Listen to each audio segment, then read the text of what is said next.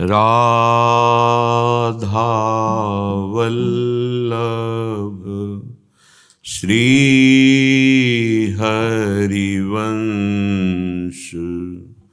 राधा वल्लभ श्री हरिवंश।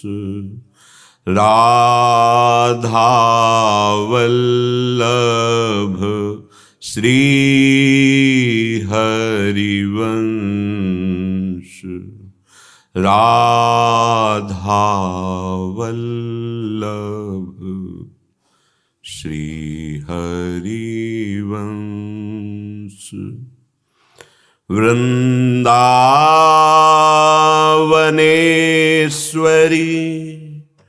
तवैव पदारविन्दम् प्रेमामृतैकमकरन्द रसौघपूर्णम् हृद्यर्पितं मधुपतेः स्मरतापमुग्रम् निर्वापयत् परम शीतलमाश्रयामि। निर्वापयत् परम शीतल माश्रयामि। परम शीतल माश्रयामि।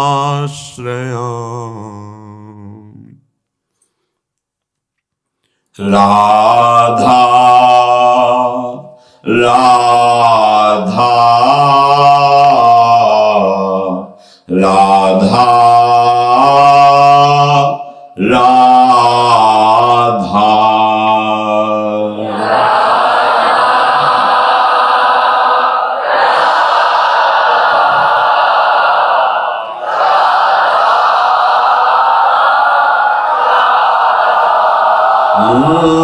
राधा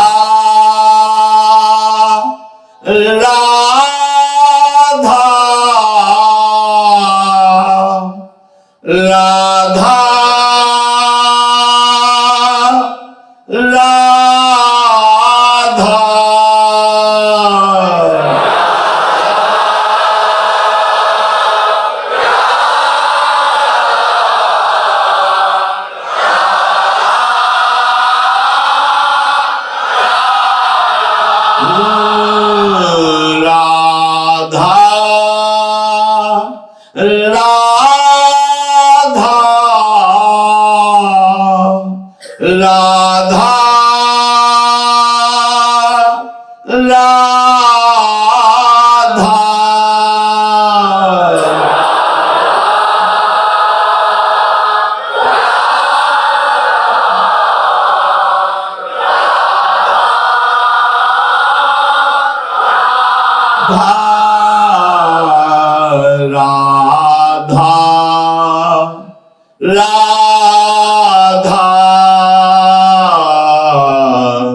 राधा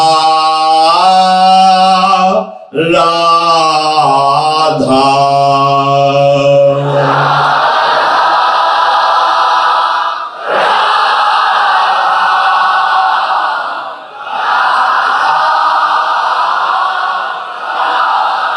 श्री राधा वल्लभ लाल की।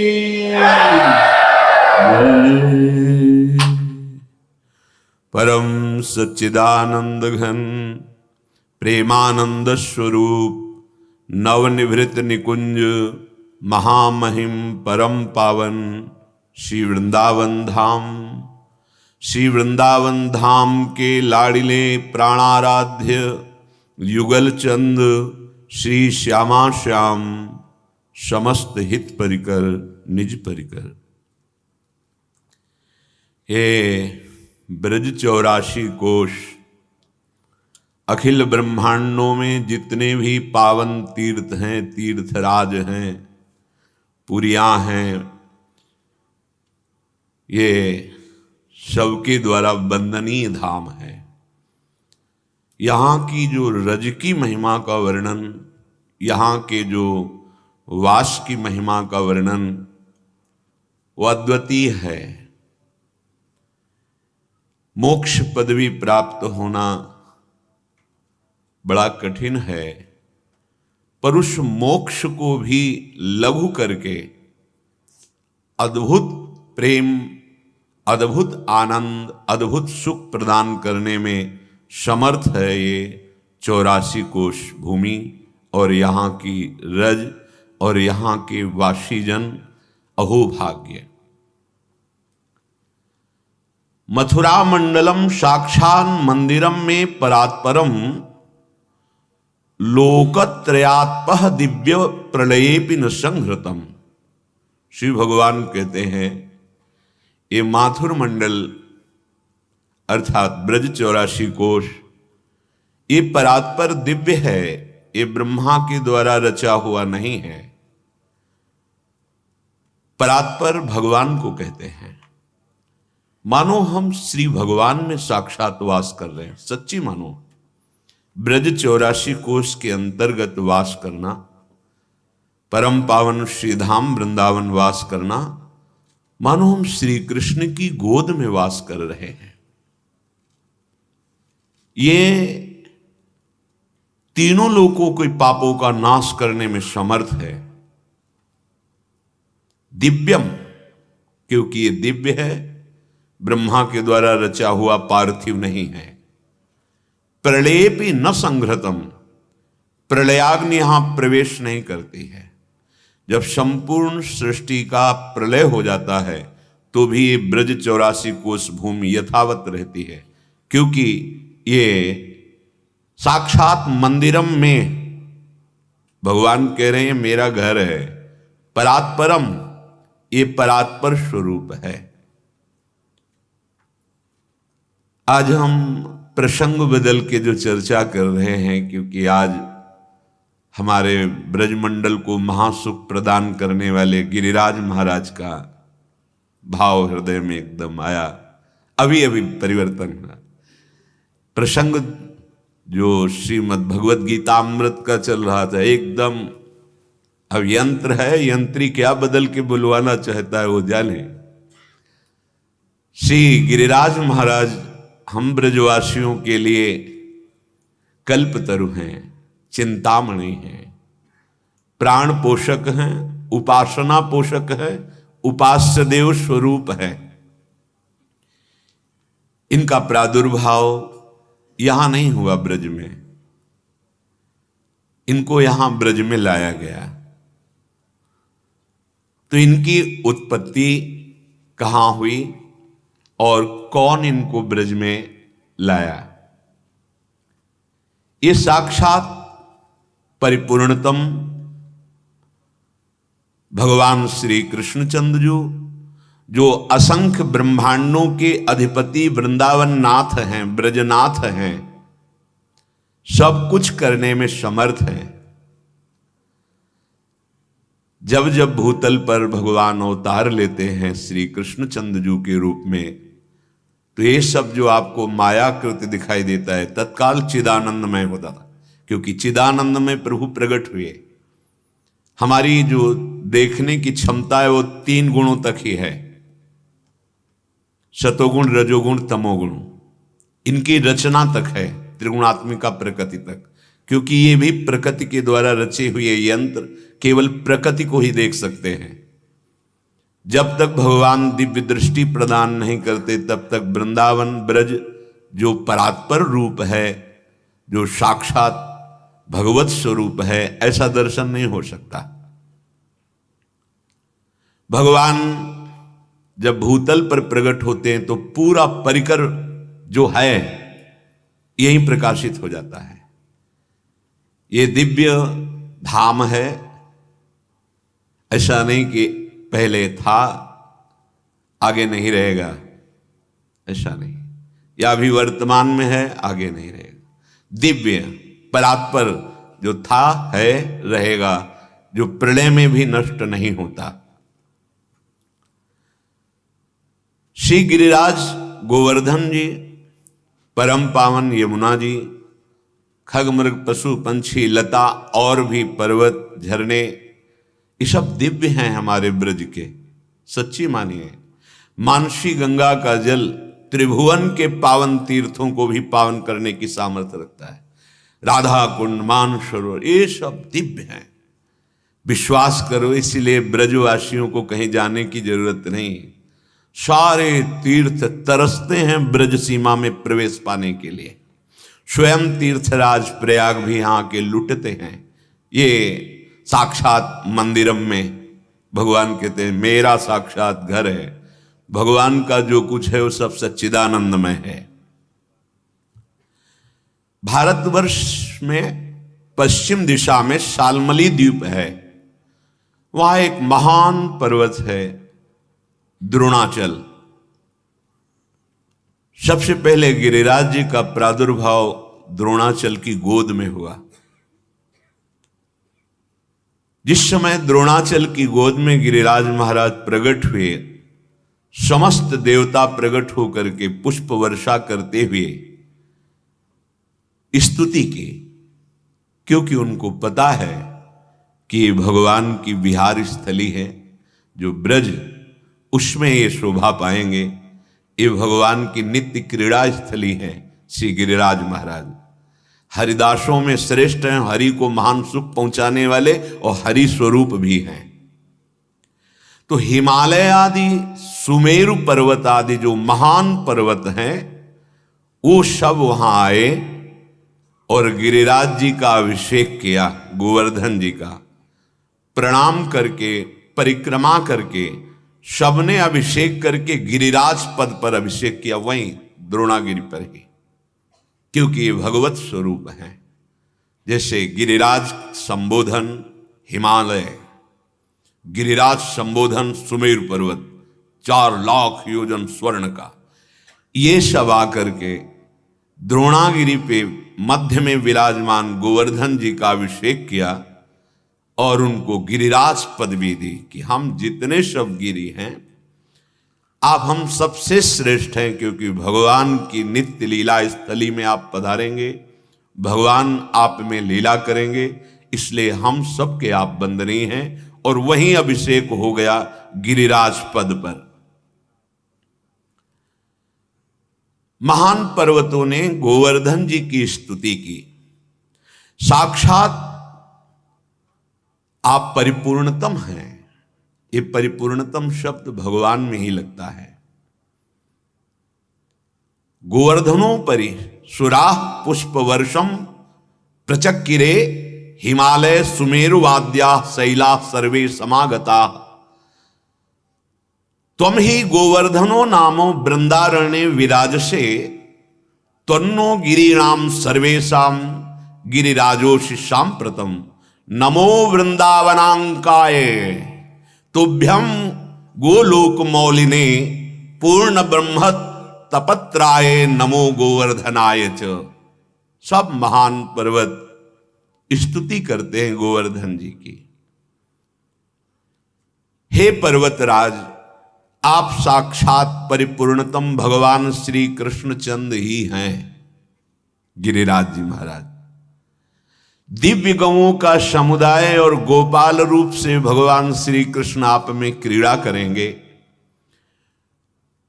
गोप सुंदरियों सहित आपके ही समीप तलहटी में रास करेंगे। गोपी वृंदावन, आपका सर्वश्रेष्ठ नाम गोवर्धन। आप वृंदावन की गोद में विराजे हैं। गोष्ठ वृंदावन, गोपी वृंदावन, नवनिवृत्ति निकुंज वृंदावन। हे समस्त भूमंडल के पवित्र तीर्थ, पवित्र गिरि, इनके मुकुटमणि गोवर्धन जी, हम सब आपको बार बार प्रणाम करते हैं, क्योंकि स्वयं भगवान श्री कृष्ण आपको अपने कर कमल पर धारण करेंगे। स्वयं भगवान श्री कृष्ण ब्रजवासियों के साथ आपकी पूजा करेंगे। ये सब दिव्य हैं। जैसे हिमाचल तो सर्वबुद्धि अधिष्ठात्री माता अम्बा पार्वती जी, इन्हीं की पुत्री हुई हिमाचल पुत्री। ये सब दिव्य तनुधारी हैं। देखने में पहाड़ दिखाई देते हैं, गिरी दिखाई देते हैं, पर ये सब दिव्य वपुधारी हैं। हे गोवर्धन, हम जितने भी विश्व के पर्वत हैं सब आपको नमस्कार करते हैं। जब इस प्रकार गोवर्धन जी की स्तुति और गिरिराज पद पर अभिषेक हुआ, सब गिरिराज जी से अनुमति लेकर के अपने अपने स्थान को पधारे। गोवर्धन गिरिराज जी को अपनी गोद में देखकर द्रोणाचल बहुत प्रसन्न और गर्वित हुए। यहो भाग्य, हमें गिरिराज जी ने सनाथ कर दिया। कुछ समय पश्चात मुनि श्रेष्ठ पुलस्त जी तीर्थ यात्रा के लिए भूतल पर भ्रमण कर रहे थे। जब उन्होंने द्रोणाचल की गोद में विराजमान गिरिराज गोवर्धन को देखा, जिसमें गौर श्याम शोभा प्रकाशित हो रही थी। आप गौर से देखना गिरिराज जी की शिला में थोड़ा हिस्सा गौर वर्ण और थोड़ा हिस्सा श्याम वर्ण, मानो प्रिया प्रीतम का मिलित रूप गिरिराज जी प्रकाशित कर रहे हैं। गोवर्धन जी को देखते ही आसक्त हो गए पुलस्त ऋषि। बहुत ही सुंदर माधवी, मालती आदि लताएं लिपटी हुई, वृक्ष फूलों के भार से लदे हुए, बड़े सुंदर झरने, बहुत सुंदर सुंदर कुंड, सब गिरिराज जी में ही विराजमान थे। गिरिराज महाराज को देखते ही इतना लुभायमान हुए, इतनी अपार प्रीति उत्पन्न हुई कि अब लगा कि नहीं, गिरिराज जी को तो हम अपने साथ ले जाएंगे। इनकी कंदराओं में बैठकर भजन करने से जो सुख मिलेगा, जिनके दर्शन से इतनी शांति और आसक्ति प्रकट हो रही है, अगर इनकी कंदराओं में बैठकर हम भजन करेंगे तो परमानंद की बाढ़ आ जाएगी। सैकड़ों शिखरों से सुशोभित रत्नमय, परम मनोहर, मंगलमय गिरिराज जी को देख करके इन्हीं पर तपस्या करने का निश्चय करके इनको ले जाने का संकल्प बनाया। विविध धातुएं, विविध रंग की लताएं, विविध फूलों से फूली हुई,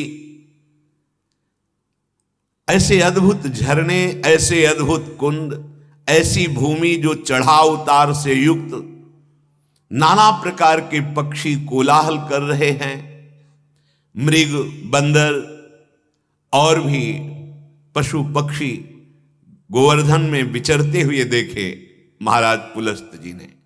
मयूरों की तो पूछो मत, केकी ध्वनि से गूंज रहा था गोवर्धन, नृत्य कर रहे थे मयूर।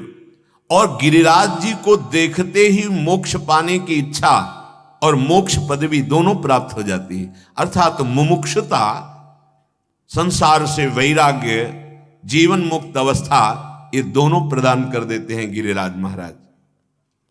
मुनिवर पुलस्त के मन में दृढ़ निश्चय हो गया कि अब इनको द्रोणाचल पर नहीं रहने देंगे, इनको अपने साथ ले जाएंगे। द्रोणाचल के समीप गए, पूजन किया, सत्कार किया। द्रोणागिरी ने भी पुलस्त जी का, ये दिव्य तनुधारी है। पुलस्त जी ने कहा, द्रोण तुम बहुत भाग्यशाली हो क्योंकि तुम्हारी गोद में गिरिराज गोवर्धन विराजमान है। इस समय तुम विश्व वंदनीय हो गए हो। तुम में दिव्य औषधियां हैं, अमोघ संजीवनी आदि, तुम सबको जीवन देने वाले हो, इसलिए मेरे को भी जीवन प्रदान करो। ये गोवर्धन मेरा जीवन बन गए हैं, इनके देखने से ही मैं इतना आसक्त हो गया हूं, इनके बिना नहीं रह सकता। और इनको हम विराजमान करेंगे मुक्ति नगरी आनंदवन काशी में। सानंद मानंद वने वसंतम आनंद कंदम हृत प्राप वृंदम वाराणसी नाथ मनाथनाथम श्री विश्वनाथम शरणम प्रपद्ये।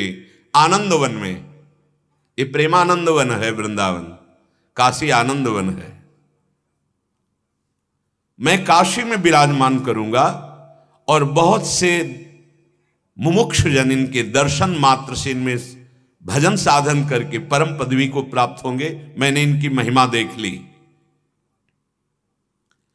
काशी में बहुत से भी ऋषि मुनि निवास करते हैं, उनको परम लाभ होगा। मैं याचना करता हूं, मुझे गिरिराज गोवर्धन दान दे दो। इस समय मैं केवल गोवर्धन को चाह रहा हूं। भगवान विश्वेश्वर की नगरी में विराजमान होकर के समस्त प्राणियों को परम पदवी प्रदान करेंगे, मैंने निश्चय कर लिया। जहां गंगा नदी प्रवाहित होती है, भगवान विश्वनाथ साक्षात भ्रमण करते हैं, वास करते हैं, उनकी राजधानी है काशी। वहां हम ले जाएंगे तुम्हारे पुत्र गिरिराज गोवर्धन को। ये लता वेलों से ऐसी शोभा प्रकाशित करते हैं जो राग का नाश करती है। सच्ची गिरिराज जी के दर्शन मात्र से वैराग्य प्रकट होता है। मैं अपने तपस्या के बल से इनको ले जाऊंगा। मेरी अभिलाषा पूर्ण करो। पुलस्त जी की बात सुनते ही द्रोणाचल के नेत्रों में आंसू बहने लगे, विकल हो गए और भयभीत भी हो गए। भय इसलिए कि ना कह नहीं सकते, क्योंकि महान तपस्वी हैं। विकल हो गए कि आज मुझे जो सौभाग्य मिला कि बड़े बड़े महान पर्वत आकर के मुझे प्रणाम किए, देवता लोग आकर नमस्कार किए, क्योंकि मेरी गोद में गोवर्धन गिरिराज विराजमान है। ये मेरा सौभाग्य छीनना चाहते हैं, पर मेरा कोई बस नहीं है। द्रोणाचल जी ने कहा, महामुने, मैं पुत्र स्नेह से बहुत व्याकुल हूं। मुझे मेरा पुत्र गिरिराज गोवर्धन बहुत प्रिय है, पर मैं भयभीत हूं कहीं आप साप ना दे दें। इसलिए आपके दोनों हाथ जोड़ करके मैं प्रणाम करता हूं। क्या ऐसा हो सकता है कि आप ये ना लें? पुलस्त जी ने कहा, इस समय मेरे एक ही संकल्प बन रहा है, मुझे गिरिराज गोवर्धन चाहिए। जानते हो इसमें आंतरिक कितनी प्रबल इच्छा क्यों प्रकट हुई? क्योंकि भगवान श्री कृष्णचंद्र जी इन्हें अपने ब्रज में लाना चाहते। ये भगवान की नित्य लीला स्थली है। बड़े पुत्र शोक से व्याकुल होकर द्रोणाचल जी ने कहा, बेटा गिरिराज, तुम मुनि के साथ कल्याण में, परम पावन भारतवर्ष में बड़े बड़े मुनियों के द्वारा उनके सत्कर्मों की पूर्ति के लिए धर्म, अर्थ, काम, मोक्ष इसको प्रदान करने के लिए गिरिराज जी में चारों सामर्थ्य हैं। अगर आप धन की कामना से उनकी आराधना करें तो धन दे देंगे, कामना की पूर्ति के लिए तो कामना की पूर्ति हो जाएगी, धर्म पूर्ति के लिए तो धर्म की पूर्ति, मोक्ष पूर्ति के लिए तो मोक्ष पूर्ति, और प्रेम प्राप्ति के लिए तो प्रेम। सर्व समर्थ गिरिराज जी महाराज है। जो निष्काम पूर्वक गिरिराज जी का सेवन करता है उसे प्रेम प्राप्त हो जाता है। गोवर्धन जी ने कहा, मुनि आपको पता है मैं कितना विशाल हूं? मेरा शरीर 8 योजन लंबा, 2 योजन ऊंचा, 5 योजन चौड़ा है। गिरिराज जी का 8 योजन मतलब 1 योजन का मतलब 4 कोस होता है, तो 8 योजन का मतलब 8 चौको 32 कोस। सांप के क्षीण क्षीण होकर अब 21 किलोमीटर किया रह गए हैं। इन्हीं ने श्राप दिया था पुलस्त जी ने।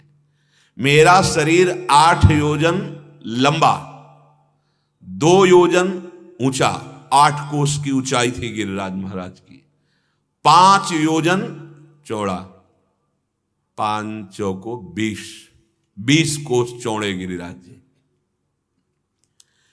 आप में सामर्थ्य है कि मुझे ले चलेंगे?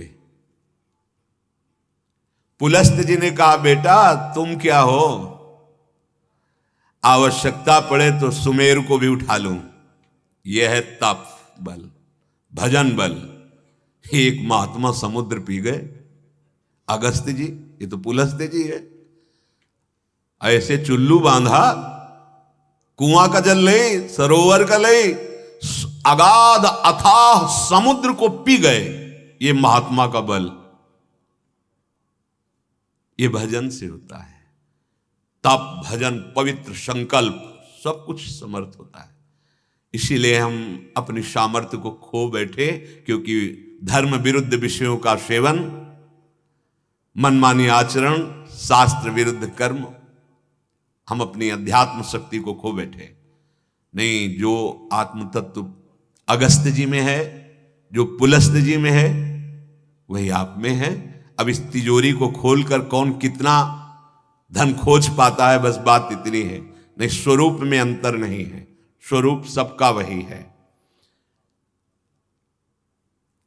कहा मेरी हथेली पर तुम ऐसे सुखपूर्वक बैठकर चलोगे मानो कोई वजन ही नहीं, तुम चिंता मत करो। जब तक काशी नहीं पहुंच जाऊंगा, प्रण करता हूं तुम्हें कहे नहीं रखूंगा। ये अपने बल का वर्णन किया पुलस्त्य जी ने। गोवर्धन जी ने कहा पक्का पक्का, मेरी भी प्रतिज्ञा सुन लो।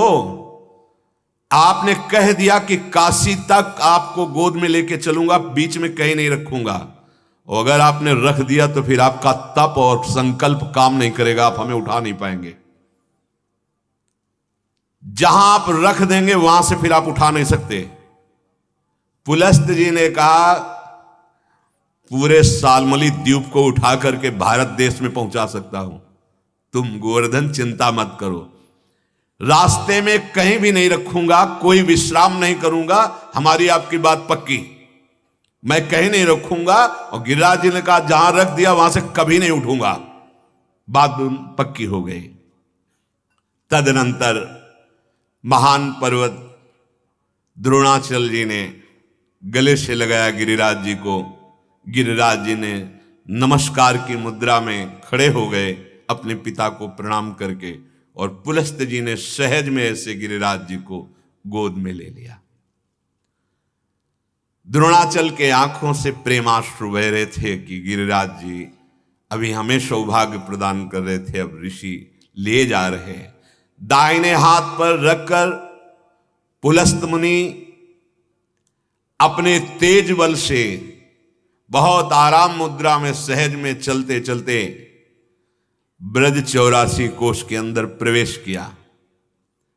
गोवर्धन गिरिराज जी ने सोचा मेरा तो घर आ गया, और ये महात्मा बड़े तपस्वी हैं, बड़े तेजस्वी हैं, अब मुझे अपने घर में रुकना है, मुझे जाना नहीं, क्योंकि मैं समझ रहा हूं मेरे प्रभु श्री कृष्णचंद्र जी अपने ग्वाल बाल सखाओं के साथ मेरे में खेलेंगे, मेरे ही समीप दान लीला, मान लीला आदि बड़ी पावन प्रेममयी लीलाएं प्रभु करेंगे। मुझे अन्यत्र नहीं जाना, ब्रजभूमि से एक कदम बाहर नहीं जाना। इसलिए निषेध किया गया है गिरिराज जी की शिला को कोई भी कभी भूल से भी उठाकर ब्रज से बाहर न ले जाए, नहीं तो भारी अपराध लगता है। प्रायः लोग ऐसी गलती कर देते हैं कि हम अपनी सेवा में विराजमान करने के लिए गिरिराज जी को बाहर नहीं, ब्रज 84 कोष के अंतर्गत ही, बाहर नहीं ले जा सकते आप। अगर ले गए हो तो अपराध मोचन के लिए तत्काल गिरिराज जी में आके पधरा दो और क्षमा मांगो और परिक्रमा करो, प्रणाम करो। आपके लिए मंगलकारी नहीं होगा गिरिराज जी को यहां से ले जाना। इस ब्रजभूमि को मैं कभी नहीं छोड़ूंगा। श्री प्रियाजू और श्री लालजू मेरी तलहटी में खेलेंगे, मेरे ऊपर खेलेंगे, ये सौभाग्य मुझे मिलेगा। मैं उत्तम दर्शन करूंगा दोनों का, राधा कृष्ण का। नहीं नहीं, मैं ब्रजभूमि से अब बाहर नहीं जा सकता। मन ही मन ऐसा दृढ़ निश्चय कर अपना असली भार बढ़ाना शुरू किया गिरिराज जी ने। गिरिराज जी चाहते थे कि हमें उठा लो और ब्रज तक ले चलो, फिर हम दिखाएं तो हम हैं क्या। इतना भार बढ़ा कि एक कदम चलना मुनि के लिए दुर्लभ हो गया। बार बार याद करते हैं कि मेरी प्रतिज्ञा थी कि अगर मैं बीच में रख दिया तो गिरिराज की प्रतिज्ञा थी कि उठा नहीं, मुझे तो काशी तक ले जाना, रखना नहीं, रख दिया तो गिरिराज जी ने कहा था कि उठा। एक कदम चलना भारी पड़ रहा है और इतनी जोर की लघुशंका का वेग आया कि अब तो रखना ही पड़ेगा। अब गिरिराज जी लिए लघुशंका थोड़ी होगी, दो बातें एक साथ हुई, भारी लघुशंका का वेग और गिरिराज जी अपने असली जो सामर्थ है वो भारी वजन, भारी भार से पीड़ित तो लघुशंका बस छूटने ही वाली है। अब तो ऋषि हैं, अब ऐसे थोड़ी को कोई ग्रामीण हो कि ऐसे खड़े खड़े लघुशंका, एक लघुशंका की पद्धति है। ये जो जैसे खड़े खड़े वो सब चिट्ठी पढ़ते अपवित्र, उनको ज्ञान ही नहीं है, उसी हाथ से लघुशंका का क्षेत्र स्पर्श करते, उसी हाथ। हाँ, पहले बहुत सावधानी पूर्वक, यदि आपकी गांठें दर्द करती हैं तो खड़े होने वाली लघुशंका के आजकल सुविधाएं, उसको बहुत और पवित्र अंग करते हुए, हाथ पवित्र करते हुए, कुल्ला करके, आचमन करके, ऐसे ऐसे थोड़ी है कि ऐसे पशुवत लघुशंका के और चल दिए। प्रायः अब इन पवित्रताओं का ध्यान ही नहीं रखा जाता, इसलिए बुद्धि भ्रष्ट होती चली जाती। शौचाचार बुद्धि को पवित्र करता है। अब ऋषि ने विचार किया कि ये तो एक क्षण भी हम नहीं रह सकते लघुशंका के बिना। अब जो होगा सो देखा जाएगा, क्योंकि लघुशंका इतनी वेग में, वो वजन इतना बढ़ गया, जहां महाराज विराजमान है गिरिराज जी वही पधरा दिया। लघुशंका से निवृत्त हुए और स्नान किया, क्योंकि गिरिराज जी को ले जाना है, बड़े पवित्र, तभी तो इतना तेज और तप है। सच्ची बात, अगर आप शरीर पवित्र रखेंगे, शौचाचार का नियम रखेंगे, तो आप में शक्ति आएगी। आप अपवित्र मुंह, अपवित्र शरीर, गंदे विचार, गंदी चेष्टाएं, पशुवत आचरण, पवित्र होकर के निवृत्त हो गए। गिरिराज जी से कहा चलो उठो। गिरिराज जी इतने महान भारी भार से युक्त हो गए कि जो यहां तक उठा के लाए थे, एक हाथ से ऐसे उठाया, गोद में लाए थे, दोनों हाथ लगा के पूरे तप का संकल्प करके हिला भी नहीं पाए गिरिराज जी को, तृण भर खिसका नहीं पाए। पुलस्त ऋषि ने, ये क्या हो रहा है? फिर पूरा पावर लगाया, घुटने के बल बैठकर गिरिराज जी को उठाने का, पूरी शक्ति, पूरा प्रयास, पूरा तप, पूरा संकल्प, एक अंगुल भी टस से मस नहीं। पुलस्त्यो मुनि शार्दूला, ये मुनियों के शिरोमणि हैं। कहा उठो गिरिराज, ये तुम्हारा स्वभाव ठीक नहीं कि तुम अपना वजन बढ़ा रहे हो। माना कि तुमने शर्त की थी, लेकिन तुम्हारी शर्त से हमारी प्रतिज्ञा श्रेष्ठ है। मैं तुम्हें काशी ले चलूंगा, मेरा अभिप्राय जानते हो। क्रोधित होकर बोले, मेरी गोद में सहज में उठो। गिरिराज जी ने कहा, आप क्रोधित मत होइए, आपने वादा किया था कि काशी के सिवा बीच में कहीं रखेंगे नहीं, और हमारी शर्त हुई थी जहां रख दोगे वहां से मैं उठूंगा नहीं। तो आप अपनी प्रतिज्ञा तोड़ दिए हैं, मैं अपनी प्रतिज्ञा में हूं। मुनि श्रेष्ठ पुलस्त क्रोध से कांप उठे, ओठ फड़कने लगे। फिर एक बार जबरदस्ती प्रयास किया गिरिराज गोवर्धन को उठाने का, असफल हुए। तब कहा, है गिरिराज, तुम हमारी आज्ञा का पालन नहीं कर रहे हो, तुम्हारे अंदर मैं ढिठाई देख रहा हूं, मेरे मनोरथ को पूर्ण नहीं होने दे रहे, इसलिए मैं शाप देता हूं तुम्हें, तुम प्रतिदिन तिल तिल भर क्षीण होते जाओगे। गिरिराज जी ने कहा, स्वीकार है, जाऊंगा नहीं। मतलब ये ब्रज क्षेत्र ऐसा है कि सांप भी मिले तो भी नहीं छोड़ना है। बहुत दुर्लभ है ब्रजवास।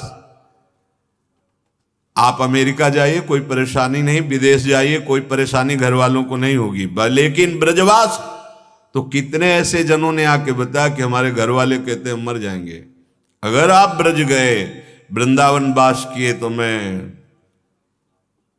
भाई 21 पीढ़ियां तर जाएंगी अगर कोई ऐसा सौभाग्यशाली, सबके अंदर थोड़ी भाव बन पाता है।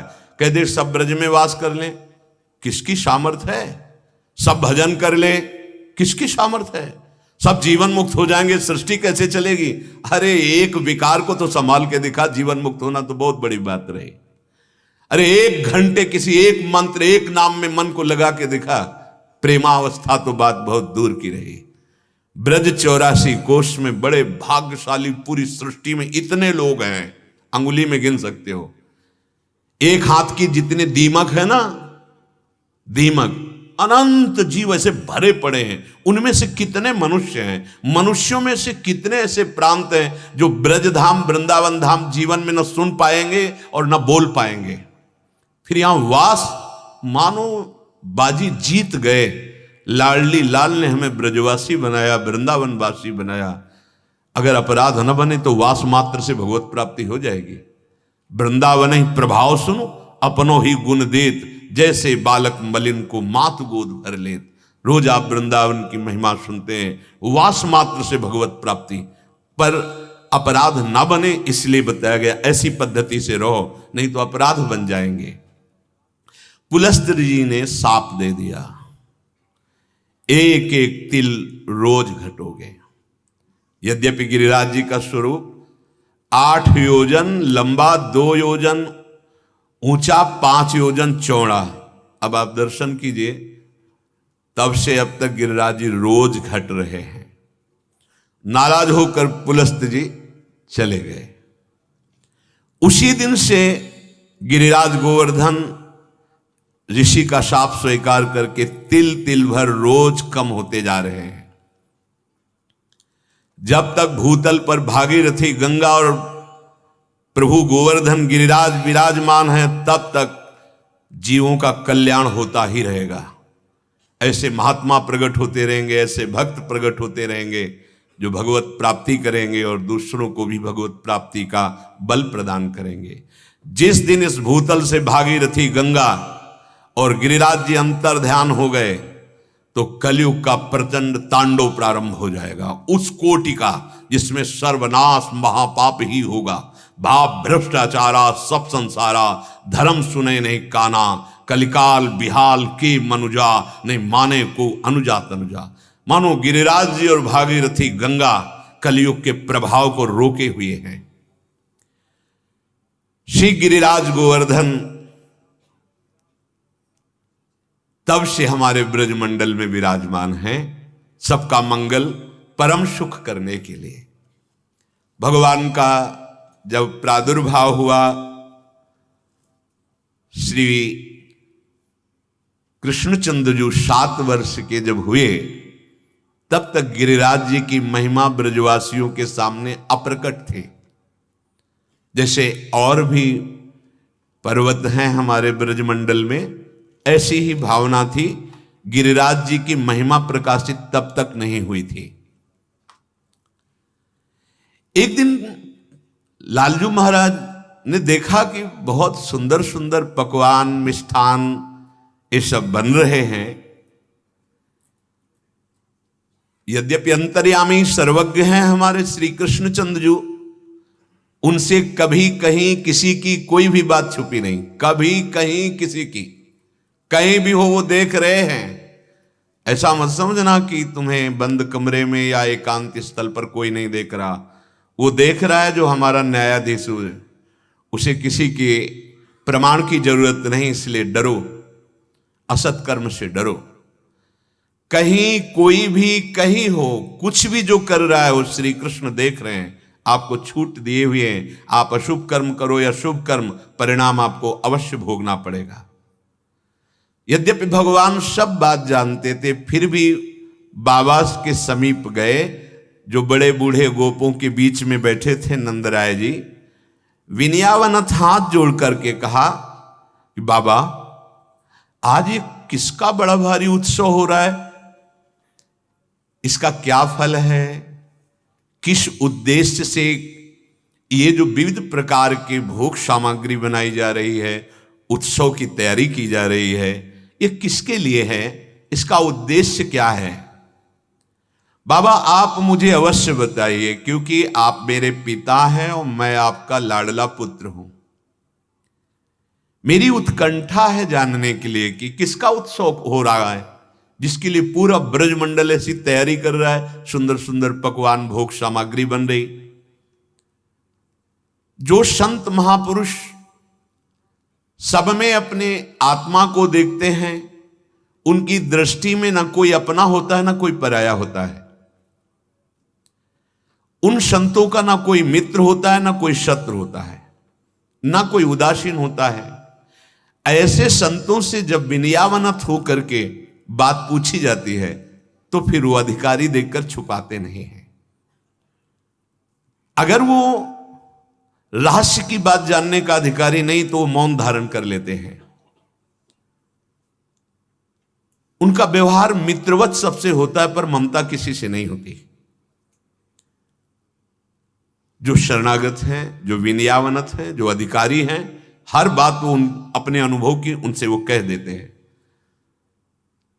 बाबा संसारी आदमी बेसमझ से अनेकों प्रकार के ऐसे कर्म करते रहते हैं जिनका लक्ष्य होता है सुख, लेकिन भोगना पड़ता है दुख, क्योंकि वो बेसमझ हैं।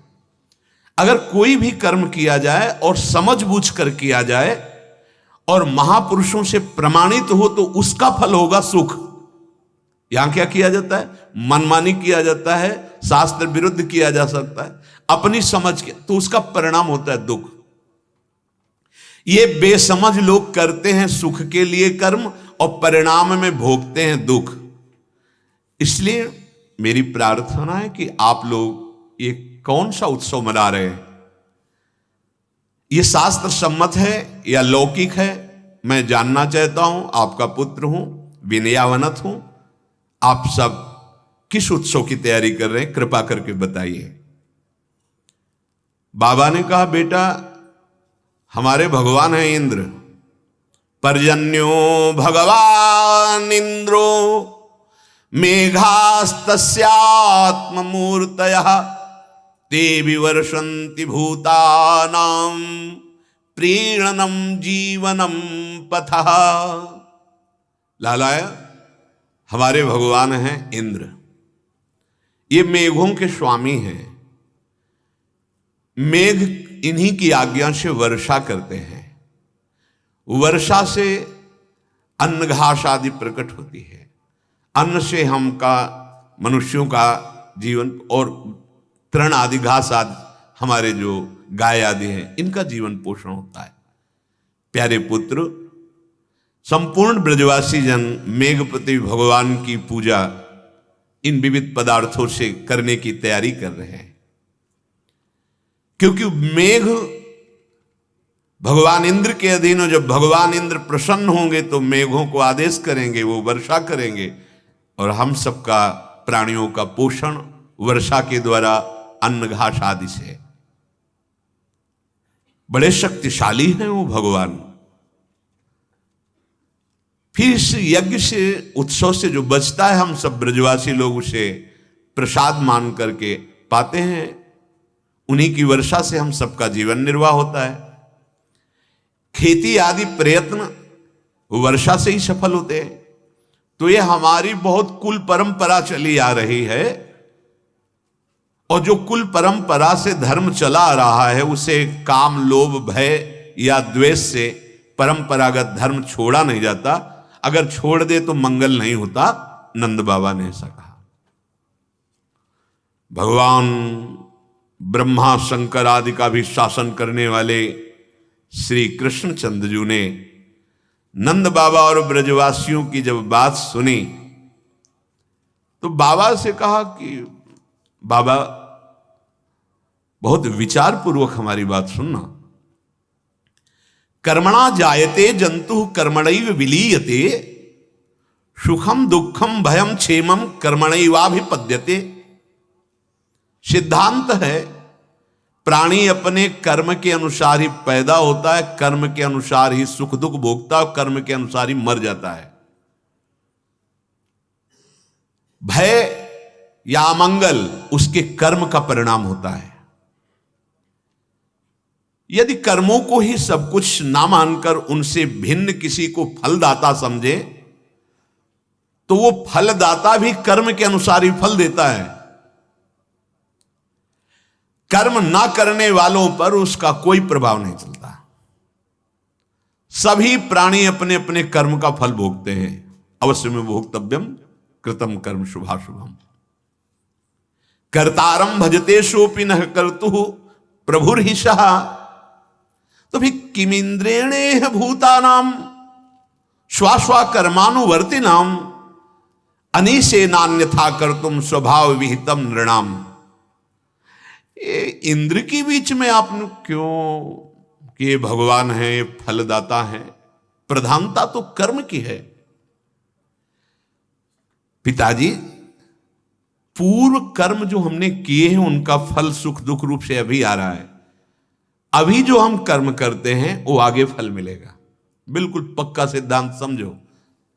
अभी हम भजन करना शुरू किया, हमें शारीरिक कष्ट मिल गया, विपत्ति आ गई। ये भजन का इससे कुछ लेना देना नहीं। ये पूर्व में जो आपने फसल बोई थी वो आई है। अब जो कर रहे हो बड़ा मंगल होगा आगे चल। लेकिन अज्ञानी जीव नहीं समझता। वो जब किसी धर्मात्मा महात्मा भगवत मार्ग में चलने वालों को पीड़ित देखता है ना, देखो ये भजन का फल। हमको कोई कष्ट नहीं है, कोई भजन वजन नहीं करते। हाँ, तुम्हें बहुत लंबी यात्रा करनी भाई, बहुत हिसाब किताब है, इसीलिए इनका हिसाब किताब खत्म हो रहा है। इनकी यात्रा पूर्ण हो गई है, अभी अपने घर जाने वाले हैं। अर्थात समस्त संचित कर्म भस्म, क्रियमाण निष्फल, प्रारब्ध का भोग, जीवन मुक्त। कर्म फल को अपने प्रयास से बदला नहीं जा सकता, जिससे शरीर की रचना है। एक है ताकत भजन की, पर अगर उससे कर्म फल को बदलने में लगा दिया तो शरीर तो मरेगा ही एक न एक दिन। फिर आपको लाभ क्या मिला? भजन। भजन का फल है शरीर राग हट जाए, जो प्रारब्ध दुख सुख आवे गंभीर होकर भोग लो, नया शरीर ही ना मिले, प्रभु के पास चले, जीवन मुक्त हो जाए। तो जो खूब भजन करता है तो ये समझ आ जाती है, तो उस अपने प्रारब्ध को आदर सहित भोग लेता है। उसे मिटाने की सामर्थ्य है भजन में, ऐसा नहीं कि नहीं है। बड़े बड़े महापुरुषों में देखा गया स्वयं कष्ट सह रहे हैं दूसरों के कष्टों को मिटा करके, अपने कष्ट को नहीं। क्योंकि अपने शरीर को प्रारब्ध को जानते हैं कि इसको हम सहज में भोग लेते हैं, और भजन का प्रताप जगत मंगल के लिए, भगवत प्राप्ति के लिए, भगवत प्रेम के लिए है। बहुत सुंदर विषय भगवान वर्णन करते हैं। किसी के आशीर्वाद की क्या जरूरत है? यदि आप सच्चे आचरण से चलते हो, भगवान के आश्रित हो, नाम जप कर रहे हो, तो साफ जितने भी देवता ऋषि मुनि मनुष्य धर्मात्मा महात्मा सब आप पर कृपा कर देंगे। सुर नर मुनि प्रसन्नता ऊपर विश्वास करो। और गलत आचरण करोगे तो चाहे जहां चले जाओ, चाहे जो आशीर्वाद, कोई लागू नहीं होगा। गलत शास्त्र विरुद्ध आचरण, मनमानी आचरण किया तो शास्त्राबाहु अर्जुन ने बहुत संग किया दत्तरते भगवान को, बड़ा आशीर्वाद सिद्धियां मिली, अंततो गत्वा उद्दंडता नहीं गई तो क्या हुआ? वंश का विनाश कर दिया भगवान परशुराम जी ने। बिल्कुल विश्वास, यही हम समझाने के लिए बार बार चाहे एकांतिक में हो यहां कहते हैं कि तुम इन पार्थिव वस्तुओं पर विश्वास मत करो कि कोई जंतु, कोई ऐसा कुछ, कोई भस्म कोई दे देगा कि तुम दुख रहित हो जाओगे। नहीं भाई नहीं, आपका कर्म इनसे रुकने वाला नहीं, ये छूछा से नहीं रुकने वाला, वो आपको दंड दे के रहेगा। एक उपाय है, भगवान का आश्रय ले लो। कहते अहम त्वाम सर्व पापेभ्यो, सर्व जमा वाला भी खत्म, आगे वाला भी खत्म, प्रारब्ध को भी बहुत कम करके भुगवा देंगे। बहुत कृपालु है। एकमात्र भगवान की शरण और नाम जप। तभी सबको लगता है कि और कोई ये उपाय तो जानते नहीं है, कहते हैं कि बस राधा राधा राधा राधा। क्योंकि और कोई उपाय हमें प्रमाणित करके बताओ जो तुम्हारे दुख की जड़ अज्ञान का नाश करके, समस्त पापों का नाश करके तुम्हें जीवन मुक्त बना दे। कोई उपाय बताओ। किसी भी मार्ग में चलो, जब तक देह स्मृति संसार स्मृति तब तक दुखों से बच नहीं सकते। अगर राधा राधा राधा स्मृति राधा नाम में, तो विश्वास करो धर्म अर्थ काम मोक्ष प्रेम जो चाहोगे प्राप्त हो जाएगा। मूल में कुल्हाड़ चलाओ, पत्ते काटने से ये दुख का वृक्ष नष्ट होने वाला नहीं। मनुष्य अपने कर्मों से स्वभाव, स्वभाव से कर्म, यही जन्म मरण का चक्र बन जाता है। ये उसी का अनुसरण करता है, जैसा स्वभाव रचना होती उसी के अनुसार कर्म, कर्म के अनुसार स्वभाव रचना। बार बार वही संस्कार, वही स्वभाव, वही कर्म उसी पचड़े में फंसा बार बार कीचड़ में खेल रहा है। कोई भी देवता असुर मनुष्य ऐसा अपने कर्म परिणाम को भोग रहे हैं। उन्होंने कर्म किया, देवता बन गए, वो कर्म क्षीण होगा फिर आ जाएंगे यहां। तुम मनुष्य बने हो, जो कर्म कर रहे हो वो आपको भोगने पड़ेंगे। सारा जगत स्वभाव और कर्म में विचरण कर रहा है, अपने स्वभाव के तमोगुणी स्वभाव, रजोगुणी स्वभाव, सात्विक स्वभाव। ये विचरण शब्द बंद हो जाएगा जब त्रिगुणातीत हो जाओगे। नाम त्रिगुणातीत है, भगवान का रूप त्रिगुणातीत है, भगवान की लीला, भगवान का धाम ये त्रिगुणातीत हो। आपका स्वरूप त्रिगुणातीत है, आपका स्वरूप। जीव अपने कर्मों के अनुसार उत्तम और अधम शरीरों को ग्रहण करता छोड़ता रहता है। ये चक्र, ये परंपरा रुकती नहीं है। अब रोकने का समय आ गया है। मानव जीवन सत्संग अब रुक जाना चाहिए। अगर अब न रुका तो फिर पता नहीं कब ऐसा संयोग बनेगा। बार बार तो बनत नहीं, यह संजोग अनूप, मानुष तन वृंदा विपिन रसकन संग विविरूप। ये शत्रु है, ये मित्र है, ये उदासीन है, ऐसा कुछ नहीं है। ये तुम्हारी सोच है, तुम्हारी सोच। आज अपनी सोच का इतना महत्व है, एक दूसरे की निंदा कर रहे हैं, एक दूसरे की हिंसा कर रहे हैं। कितना गलत कर्म बन रहा है और उसे हम धर्म मान रहे हैं। सर्वनाश हो जाएगा, सर्वनाश। कहां तक कहूं बाबा, कर्म ही गुरु है, कर्म ही ईश्वर है। अगर आपका महान कर्म है, वो गुरु की तरह आपको सत्य की तरफ लेता चला जाएगा। महान कर्म है तो ईश्वर की तरह आनंद और फल प्रदान करता चला जाएगा, जिसमें अखंड सुख, अखंड प्रसन्नता है। इसलिए बाबा मुझे तो ऐसा लगता है कि पूर्व संस्कारों के अनुसार अपने वर्ण आश्रम के अनुकूल धर्म का आचरण करता हुआ परम पवित्र कर्म करने का आदर करे, कर्तव्य का पालन करे। संपूर्ण गीता यही का, भगवान के जो वचन इसी का विस्तार है। जिसके द्वारा सुगमता पूर्वक, आनंद पूर्वक जीवन कटे, वही उसका इष्ट देव होता है। बाबा जैसे विवाहिता पत्नी अपने पति को छोड़कर किसी और पुरुष की तरफ गंदी दृष्टि करे तो उसको व्यभिचारिणी कहते हैं। और व्यभिचारिणी को कभी सुख, शांति या लाभ कभी नहीं प्राप्त हो सकता। ऐसे ही व्यभिचारी व्यक्ति होता है। व्यभिचारी को कभी शुभ गति, कभी मंगल, कभी अभी तुम्हारे पास धन है तो देख लेना ये कहां पहुंचा देगा तुम्हें, जो गंदे आचरण, गंदा व्यसन, गंदा खान पान। तो मुझे लगता है कि मनुष्य को समझना चाहिए कि उसका पति कौन है। सबके लिए पुरुषोत्तम भगवान श्री कृष्णचंद्र जो सबकी आत्मा है, सबके प्रीतम है, सबके परम पति हैं, सबके परम पति हैं। ये बात हृदय में बैठा ले। अगर अनन्य भाव से भक्ति कर रहे हो तो ये आपको अनुभव में आ जाएगा। मुझे लगता है कि अपने आराध्य देव को छोड़कर दूसरे की उपासना करने से कभी सुख नहीं मिलेगा। अपने अपने कर्तव्य का पालन करना ही चाहिए बाबा। जैसे हम लोगों का कृषि, वाणिज्य, गोरक्षा ये सब जीवनोपार्जन है, गोपालन, तो संसार की स्थिति, उत्पत्ति इन तीन गुणों से होती है, सतोगुण, रजोगुण, तमोगुण से। इसी के स्वभाव में बने हुए स्त्री पुरुष सब संसार में कर्म करते हुए विचरण कर रहे हैं। रजोगुण के संयोग से ही ये जन्म होता है। रजोगुण की प्रेरणा से मेघ बरसते हैं, इसमें इंद्र का क्या? क्योंकि ये तो जगत गुरु है, सब जानते हैं रहस्य। रजोगुण की प्रेरणा से वर्षा होती है, वर्षा से ही अन्न आदि, जिससे आपने कहा प्राणियों की जीविका चलती। तो भला इंद्र का क्या लेना देना इसमें? और इंद्र कर भी क्या सकता है, क्योंकि इंद्र के पास जो सामर्थ्य है वो इन्हीं की तो दी है, इनको पता है कितनी सामर्थ्य है उसके पास। बाबा हमें बिल्कुल इंद्र से भयभीत नहीं होना चाहिए।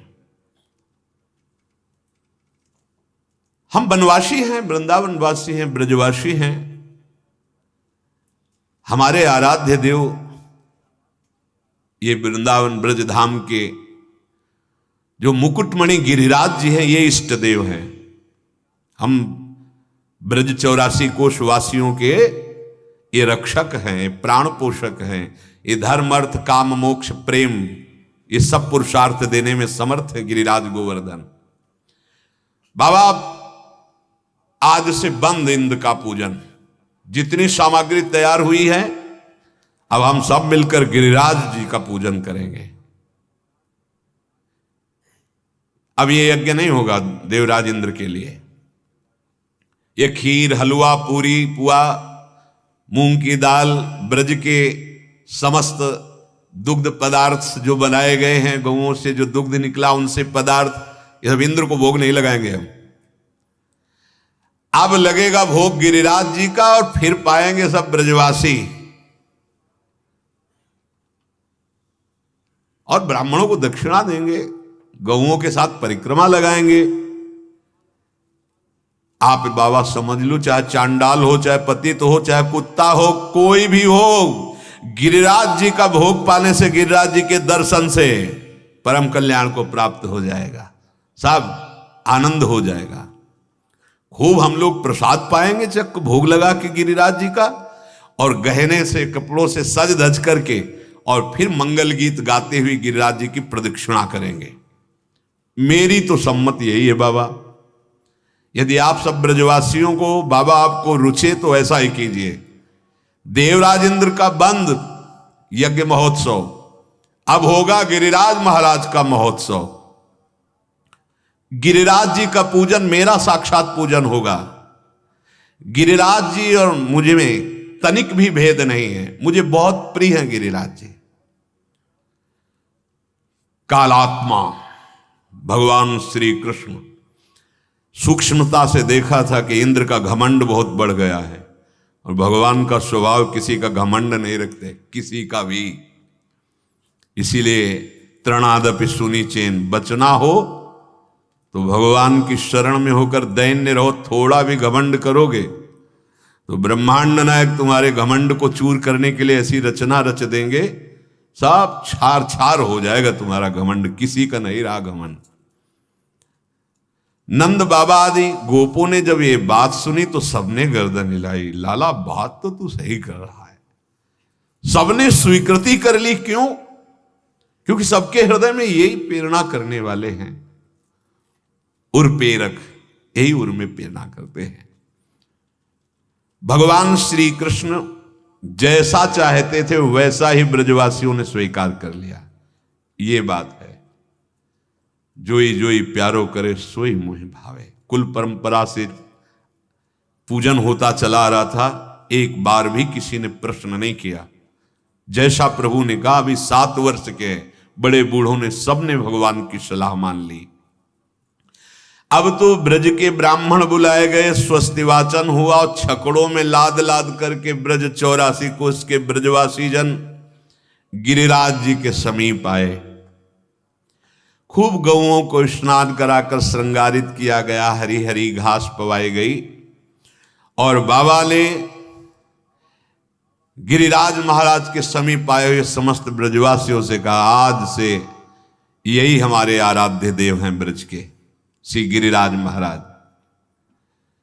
गोपीजन भी भली भांत श्रृंगार करके छकड़ों पर, गाड़ियों पर सवार होकर प्रभु की रूप माधुरी, लीला माधुरी का गान करते हुए गिरिराज महाराज के समीप आए।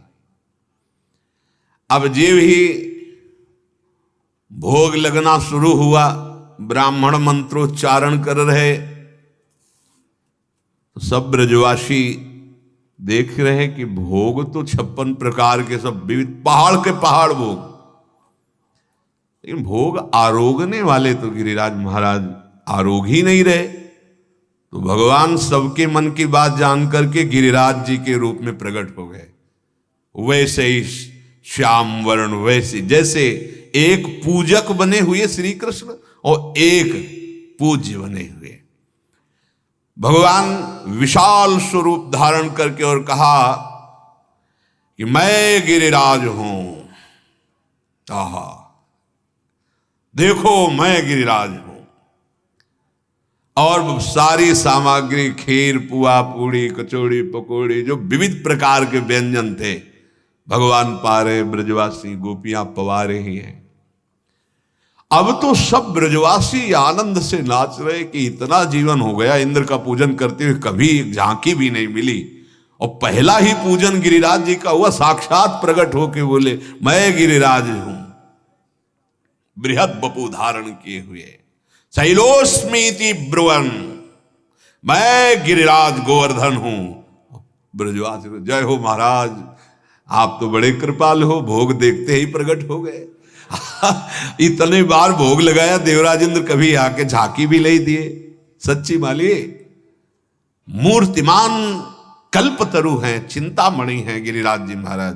कोई भी कामना गिरिराज महाराज के लिए पूर्ण करने में कोई संशय नहीं, बस आप पद्धति से परिक्रमा पूजन। अब ऐसे नहीं कि गिरिराज जी की परिक्रमा लगा रहे हैं, मसाला खा रहे हैं, या कोई धुआं वाले ऐसे गंदे व्यसन कर रहे हैं, या आप गिरिराज जी की तलहटी में सोच लघु शंका कर रहे हैं। बहुत सावधानी की जरूरत होती है। साक्षात सिद्ध मूर्ति भगवत स्वरूप गिरिराज जी महाराज, अहो भाग्य है हम ब्रजवासी हैं जहां ऐसी महामहिमामयी एक स्थल, यहां कण कण में प्रिया प्रीतम का अद्भुत ऐश्वर्य, प्रभाव, माधुर्य सब विराजमान है। अब तो सब ब्रजवासी पवार हैं, प्रणाम कर रहे हैं, बोले अहो आश्चर्य है, आश्चर्य, गिरिराज जी हम पर बहुत प्रसन्न, साक्षात प्रकट होकर के पा रहे हैं।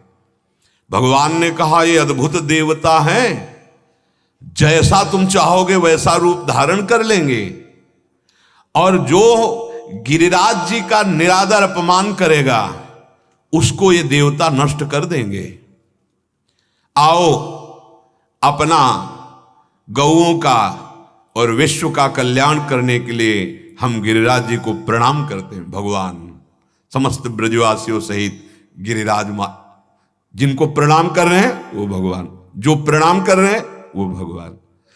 गिरिराज जी को नमस्कार किया। एसो वजानतो मर्त्यान काम रूपी वनौकशः हरन्ति हृस्मयी नमस्यामः शर्मणे आत्मनो गवाम।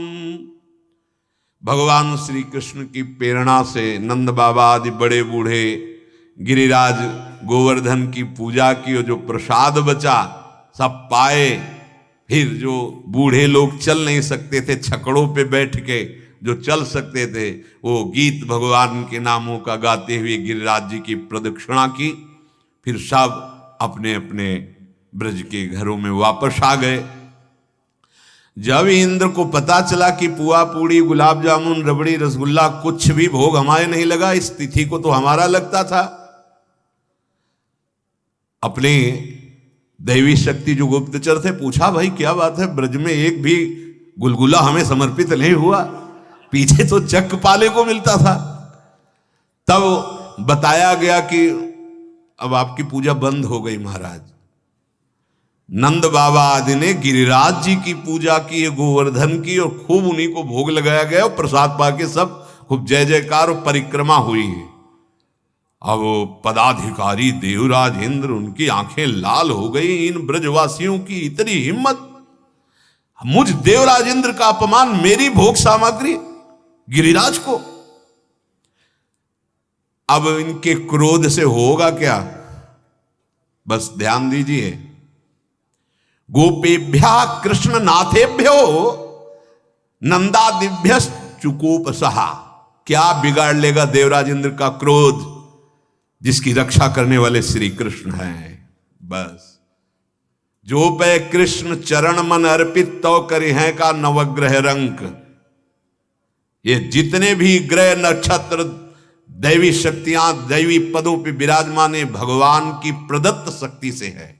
जब ये प्रभु की शक्ति को भूलकर अपनी मान लेते हैं तो जहां जहां कभी ऐसा हुआ, उपनिषद में एक में हमने पढ़ा था कि एक बार देवराज इंद्र असुरों पर विजय प्राप्त करके हर्षोल्लास पूर्वक बड़ा उत्सव मना रहे थे, अप्सराएं नाच रही थी, गंधर्व गान कर रहे थे और अभिमान में भरे हुए देवता क्योंकि विजय से प्राप्त किए थे, सब आनंदित हो रहे थे।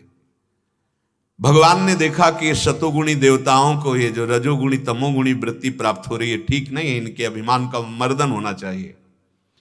तो एक भयानक यक्ष के रूप में सामने प्रकट हुए, महान तेज महान बल।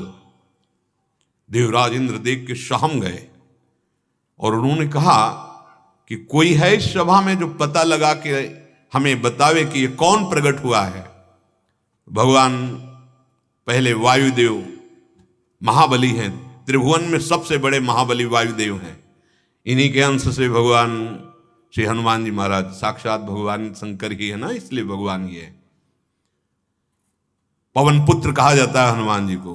पुलस्त जी द्रोणागिरि में जो प्रकट हुए गोवर्धन उनको लाए और हनुमान महाराज जी को संशय हुआ कि इसमें संजीवनी कौन है, और सब संजीवनी जैसी पहचान बताई गई थी वैसे वहां कालनेमी ने कर दिया था माया के द्वारा। सोचा अगर ले गए और सुसेन ने कहा ये औषधि नहीं तब तो बड़ा गड़बड़ हो जाएगा, और औषधि मैं पहचान नहीं पा रहा, करूं तो क्या, पूरा द्रोणाचल उखाड़ लिया और वहां से सम्रांगण में पहुंचाया।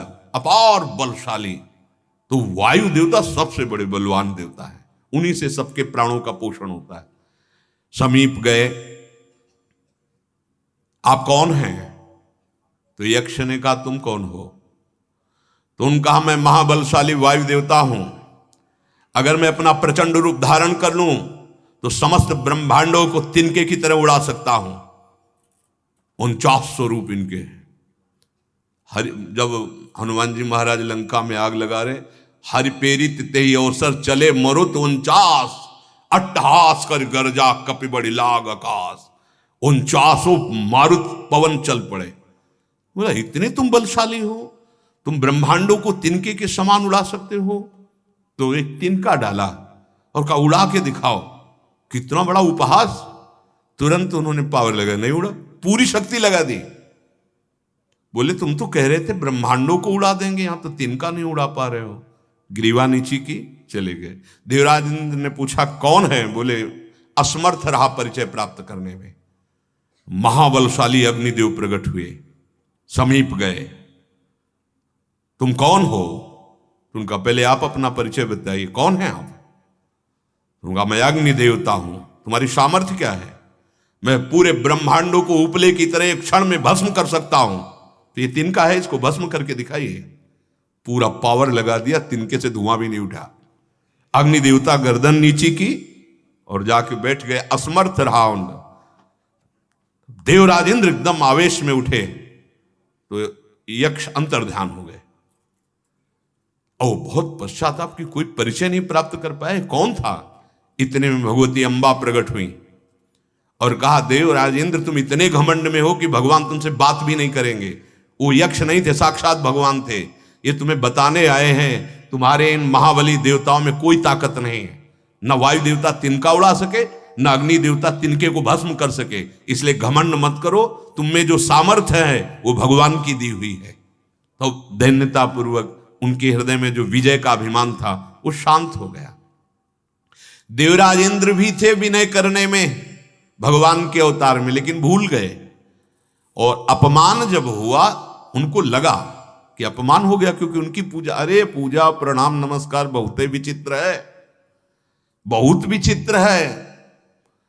ये पूजा नमस्कार जिसको प्रिय लगने लगता है तो बहुत जन्मों की साधना में भी ये पानी फेर देता है। पूजा नम सम्मानम कलयात घोर गरलम। भगवान बचावे, अंदर से बहुत सावधान। जहां कानों में पहुंचेगा और हृदय में गुदगुदी होगी तो जान लेना फोड़ा बढ़ रहा है, ऑपरेशन पक्का। और ऑपरेशन ऐसा भयानक होगा कि सह नहीं पाओगे, पक्का समझ लो। अगर प्रणाम नमस्कार ये सब स्वीकार किया जाए तो अहंकार रूपी फोड़ा बढ़ता है और भगवान इसका ऑपरेशन फिर होश का इंजेक्शन लगा के करते हैं, बिल्कुल चेतना में। अब वो कहता है मैं किसी काम का नहीं रह गया, तो बोले अब राम के हो जाओ, अब श्याम के हो जाओ। हाँ, सुनेरी मैंने निर्बल के बलराम। देवराज इंद्र को बड़ा गुस्सा आया। इंद्र को देवराज पद का घमंड था, स्पष्ट भगवान व्यासदेव जी लिख रहे हैं, सुखदेव जी गान कर रहे हैं। उन्होंने ये मान रखा था कि मैं त्रिलोकी का ईश्वर हूं, मेरे से बढ़कर कोई नहीं है। क्रोध से तिलमिला उठे और प्रलय के समय जिन मेघों को छोड़ा जाता है, उन सांवर्तक नामक मेघों को कहा कि ब्रज को अभी इसी क्षण जलमग्न करके नष्ट कर दो। ओहो, इन ग्वालों में इतना घमंड, मुझ देवराज का अपमान, बड़ा विचित्र है। अहम देखो तो सही, एक साधारण लड़का, उसके बल पर मुझ देवराज का अपमान।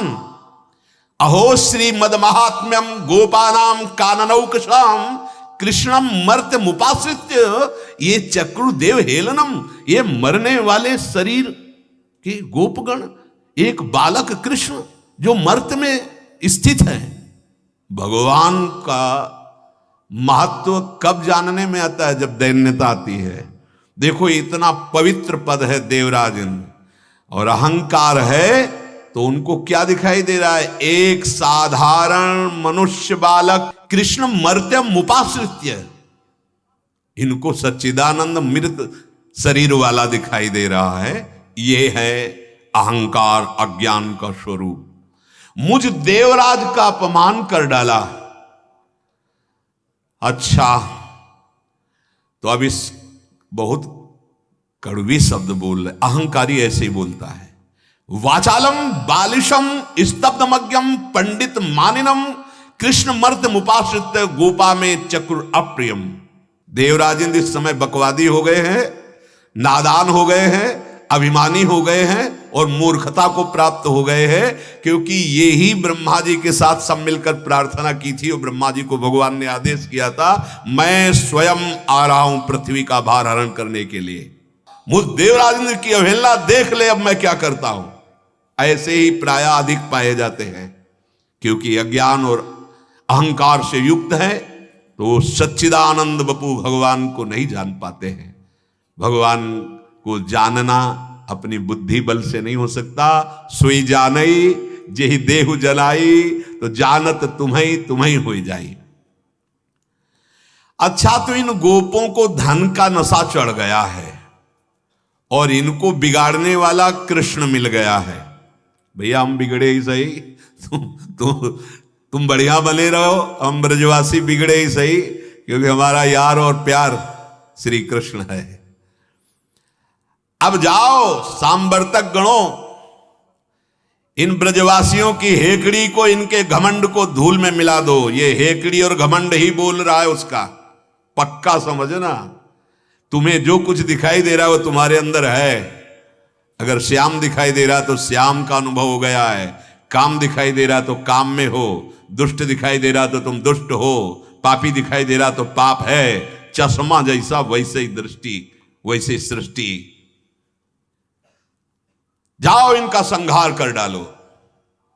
मैं आ रहा हूं ऐरावत हाथी पर और अपने वज्र का प्रहार करके 84 कोस भूमि को नष्ट कर दूंगा। मैं अपने महापराक्रमी मरुद गणों के साथ आ रहा हूं ब्रज में। जाओ सांवर्तक गण, वर्षा प्रारंभ करो।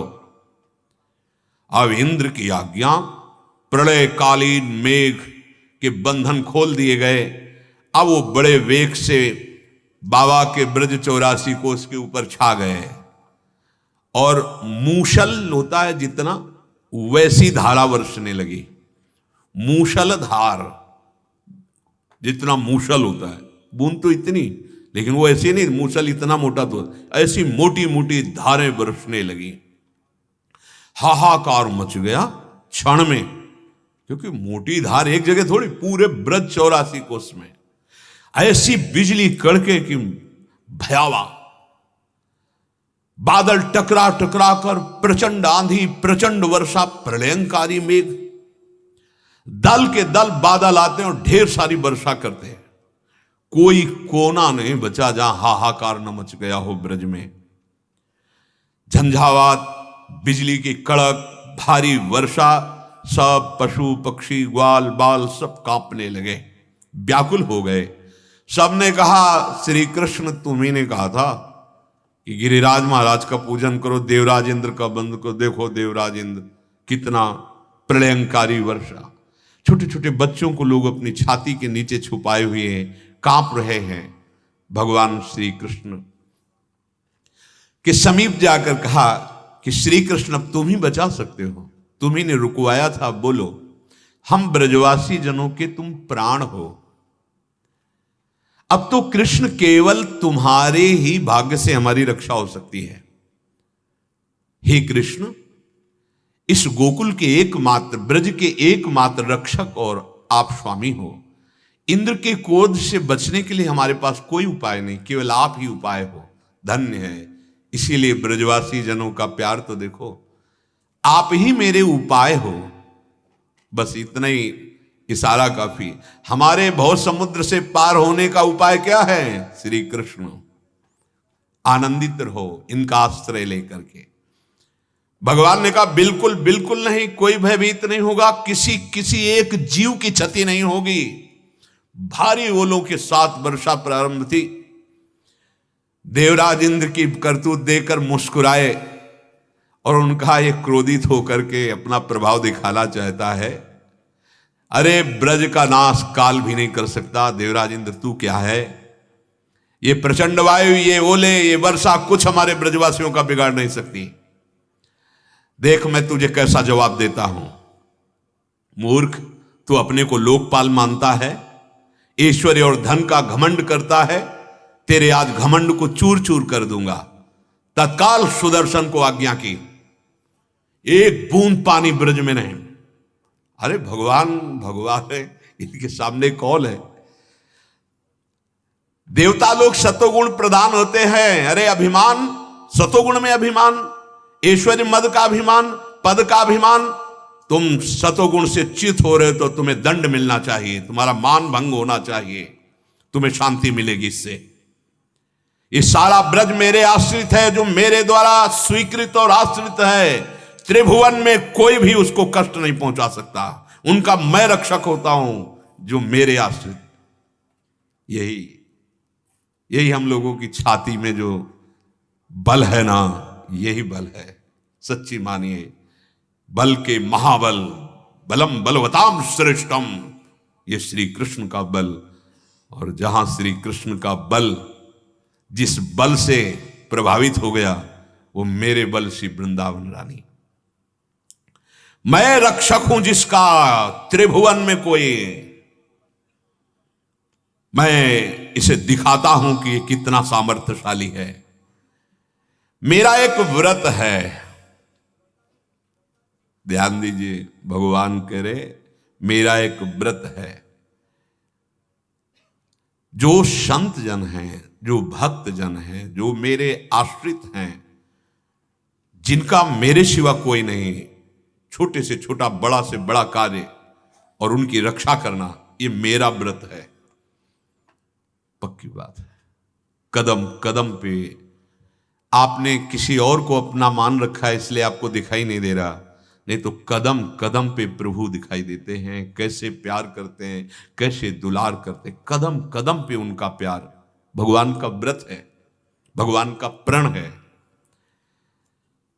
भगवान श्री कृष्ण ने सबसे कहा आओ गिरिराज जी की तलहटी में। अब ब्रज 84 कोस से समिट के गिरिराज जी तक आने में कितना समय? इतने में तो प्रलय का वर्षा सब पधार जाते हैं। सुदर्शन जी अपना काम कर रहे हैं महान तेजों में, ना कोई ओला ना कोई, सब ठिठुरते हुए भाग कर गिरिराज जी के समीप आए। भगवान श्री कृष्णचंद्र जी ने तत्काल गिरिराज गोवर्धन को, जैसे बरसात में छोटे छोटे छत्ते प्रकट होते हैं, बच्चे खेल खेल में ऐसे उठा लेते हैं, ऐसे ऐसे गिरिराज महाराज को उखाड़ लिया 7 वर्ष के लालजू महाराज और ऐसे धारण किया। यहां पे गिरिराज महाराज को सबसे कहा आनंद पूर्वक आ जाओ, बाल बच्चे पशु पक्षी सब गिरिराज जी की तलहटी में। यह एक आश्चर्य की बात है, बाबा के पास ही कई लाख गैया थी और बाबा कई भाई थे, उनके भी कई लाख थी। संपूर्ण ब्रज 84 कोष में वृषभानु बाबा के पास भी बहुत कई लाख गौवें थी। मतलब अगर गौवें देखो तो ये तो चिदानंद भूमि है। इसलिए गिरिराज जी की अंदर गुफा में जब गिरिराज जी को उठा लिया, संपूर्ण पशु पक्षी माताएं बहनें गोपीजन गोपजन सब बालक वृद्ध सब आ गए आराम से। यह है सच्चिदानंद का प्रभाव।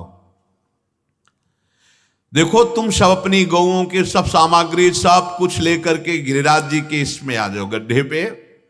देखो तुम लोग शंका मत करना कि गिरिराज जी गिर जाएंगे क्या, नहीं, भगवान सबसे कह रहे शंका मत करना।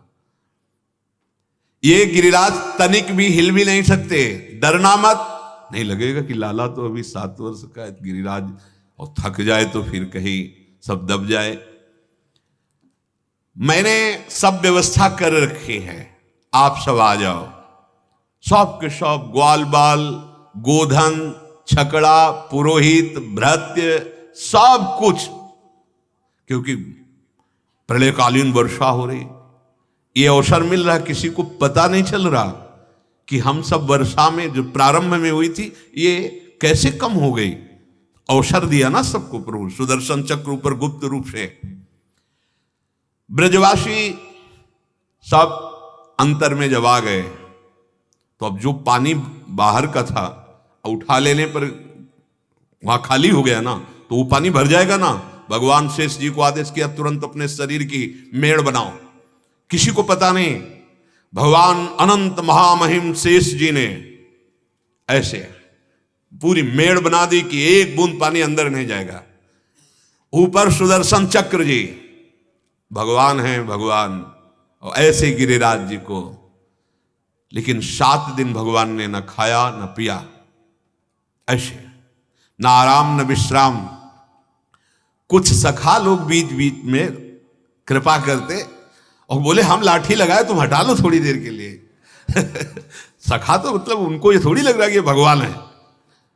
कन्हैया तुम निश्चिंत हो, तुम हटाओ, हम अपनी लाठी लगाए। लाठी लगा के गोप थोड़ा भगवान, अरे बोले कन्हैया, बोले हाँ। सखाओं को लग रहा था कि मतलब अब थक गया है हमारा मित्र, तो थोड़ा हम सब 7 दिन 7 रात गिरिराज जी को उठाए हुए, ऊपर सुदर्शन चक्र, नीचे भगवान शेष मेड़ बनाए हुए और सच्चिदानंद भगवान गिरिराज जी को धारण किए हुए। ना एक डग इधर उधर हिले, ना मुख पर कोई थकावट। अब इंद्र आश्चर्यचकित हो गया। 7 दिन प्रलयंकारी मेघ की वर्षा, ओले बिजली की कड़कड़ाहट, कुछ नहीं। दैवी शक्तियों ने सूचना दी, एक भी पशु नहीं मरा, एक भी पक्षी नहीं मरा, सब गिरिराज जी में सुरक्षित। आश्चर्यचकित हो गया इंद्र। अपने मेघों से कहा रुक जाओ भाई, 7 दिन में कुछ नहीं कर पाए, अब क्या कर पाओगे, चल। जो प्रलयंकारी मेघ हैं, भगवान श्री कृष्ण जी ने जब देखा कि बिजली की कड़कड़ाहट, ओला वर्षना, जल वर्षना ये बंद हुआ, तो सबसे कहा अब आप लोग निर्भय होकर निकले, दोबारा ये वर्षा नहीं कराएगा। ऐसी मेघ वर्षा जो प्रलयंकारी वो नहीं कराएगा। आप विश्वास करो, निडर हो जाओ, कोई भय नहीं। सब धीरे धीरे बाहर निकले तो मेघ हटने के बाद सूर्य प्रकाशित हुए, आंधी पानी सब बंद। और ब्रज में जो बाहरी वर्षा से नदियां उफान तत्काल शांत, ये सब क्या हो रहा है, भगवान का प्रभाव। जैसे एक बार गौवें और ब्रजवासी मुंजाटवी में आग लग गई और फंस गए, पुकारा कृष्ण, कहा आप आंख बंद करो, पूरी आग पी गए। और सबने आंख खोल के देखा तो बंसी बट में विराजमान। कर तुम अकर तुम अन्यथा कर तुम, सर्व समर्थ प्रीतम है। विश्वास, ये लीलाएं भगवान की हमें बल प्रदान करती हैं। मेरे श्री कृष्ण कितने महान हैं, जितना भी बल ऐश्वर्य सब इन्हीं से प्रकट हुआ है। प्रभु की आज्ञा पाकर गोधन, स्त्री, बच्चे, बूढ़े सब अपने अपने छकड़े लाद कर बाहर निकले। सर्वशक्तिमान भगवान श्री कृष्ण ने खेल खेल में गिरिराज जी को जब सब निकल गए तो विराजमान किया। अब तो ब्रजवासी सखा, बड़े बूढ़े, गोपी सब दौड़ दौड़ कर श्री कृष्ण को कोई ऐसे हाथ फेर रहा, कोई हृदय से लगा रहा है, कोई प्रेम दृष्टि से देख रहा है। भगवान श्री कृष्ण को कोई जैसे बड़ी बूढ़ी गोपियां हैं, माथा सूंघती है, माथे पे चुंबन करती है, बड़ा सत्कार, बड़ा स्नेह है, कोई दही चावल से तिलक करती है। ये गिरिराज महाराज 7 दिन जो धारण किए तो प्रभु का चिंतन कहां था उस समय? हरिवंश महाप्रभु कहते हैं, तेरो ये ध्यान राधिका प्यारी, गोवर्धन धर लालही। हित सजनी जी 7 दिन 7 रात्रि अखंड राधा ध्यान में डूबे हुए गिरिराज जी को रासलीला में भी ठाकुर जी कहते, तुम सब ये समझते होगे कि मैंने गिरिराज उठाया, नहीं, राधा बल से गिरिराज उठाया। ऐसा वर्णन महाप्रभु कह रहे, आपके ही ध्यान में गिरिराज गोवर्धन धारी। प्यारी जू तेरो ई ध्यान राधिका प्यारी, गोवर्धन धर लालही। रात दिन जपत हरि विवस तव नाम, प्रतिपद विमल मन सितो ध्यान ते, निमिष नहीं टरिबो। जिह्वा से राधा राधा राधा और ध्यान श्री राधा प्यारी का। तो लालजू को कब 7 रात्रि 7 दिन व्यतीत हो गया पता नहीं चला। जब देवराज इंद्र ने देखा कि अब तो फिर आए कामधेनु भी एरावत में विराजमान होकर आए, भगवान के चरणों में प्रणाम किया, अभिषेक किया।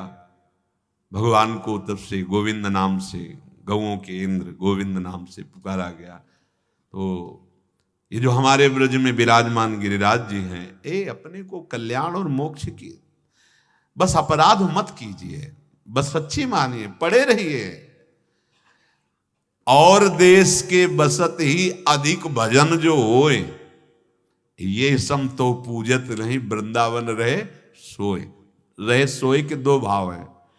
एक है केवल वृंदावन आप वास कर रहे हो, ज्यादा खास भजन साधन नहीं बन रहा, पर अपराध नहीं हो रहा, आपको वो वस्तु मिलेगी जो बाहर का बड़ा भजनानंदी प्राप्त करना दुर्लभ है। दूसरी बात है, पड़ा रहता है वृंदावन में, ब्याज भरोसे कुंवर के सुवर पाव पसा, ज्यादा तरह से ही है। ब्यास भरोसे कुंवर के, बस भरोसा कुंवर का रहे, बस ध्यान रखना। ये ब्रज 84 कोस में कहीं भी कोई वास कर रहा हो, निश्चित परम पद का अधिकारी। सच्ची मानिए, बहुत अपार महिमा ब्रजरज की, बड़ी अपार में। पूज्य राधा बाबा जी ने अपनी वाणी में वर्णन किया कि ये जो ब्रजरज है, ये समस्त शास्त्र और महापुरुषों के अनुभूत वचनों के अनुसार मैं कह रहा हूं, बाबा के वचन। अगर ब्रजरज का शरीर पर स्पर्श हो तो समस्त पापों का शमन करके, नाश करके श्री प्रिया प्रीतम के चरणारविंद में प्रीति प्रदान करती है। और कोई कहीं भी हो, उसका अंतिम समय हो, यदि उसके मुख में ब्रजकर्ण, ब्रजरज का कर्ण या शरीर पर स्पर्श हो जाए तो निश्चित भगवान को प्राप्त होता है। ब्रजरज की बड़ी महिमा है। और महाप्रभु हरिवंश चंद्र जी ने तो कहा, यो ब्रह्म रुद्र शुक नारद भीष्म मुख्य ही रालक्षितो न सहसा पुरुषस्य तस्य सद्यो वशीकरण चूर्ण मनंत शक्तिम अनंत शक्तिम तम राधिका चरण रेणु मनुष्य मरामी।